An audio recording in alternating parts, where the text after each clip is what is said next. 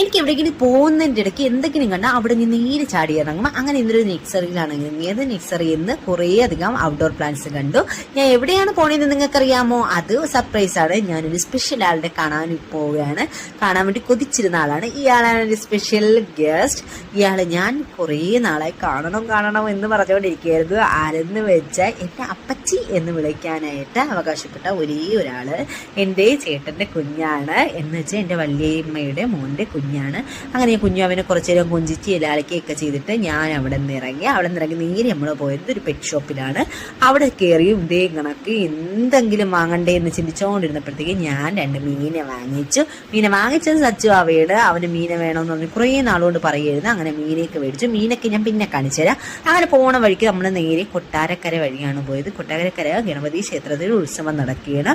ആ കുളക്കടവിൽ മുഴുവനായിട്ട് ഓരോ ലൈറ്റ് വെച്ചിട്ടുണ്ടായിരുന്നു. അടിപൊളിയായിരുന്നു. എനിക്ക് ഒരുപാട് ഇഷ്ടപ്പെട്ടു. പക്ഷെ ഇറങ്ങാനുള്ള ടൈം കിട്ടിയില്ല. പിന്നെ നമ്മൾ അവിടെ നിന്ന് നേരെ പോയത് വല്ലതും കഴിക്കാനായിരുന്നു, മാമു ഉണ്ടാനായിട്ട്. കാരണം എന്ന് വെച്ചാൽ നല്ല വിശപ്പുണ്ടായിരുന്നു. രാത്രി 9 മണിയായിട്ടുണ്ട്. അങ്ങനെ നേരെ നമ്മൾ ബ്ലഡ് ഓംലേറ്റ് കഴിക്കാൻ വേണ്ടി കയറി. അങ്ങനെ ബ്ലഡ് ഓംലേറ്റ് കഴിച്ച് നേരെ നമ്മൾ വീട്ടിൽ പോയിട്ട് എൻ്റെ ചെടികൾ നിങ്ങൾക്ക് കാണണ്ടേ. ഇതൊക്കെയാണ് ഞാൻ വാങ്ങിച്ച ചെടി.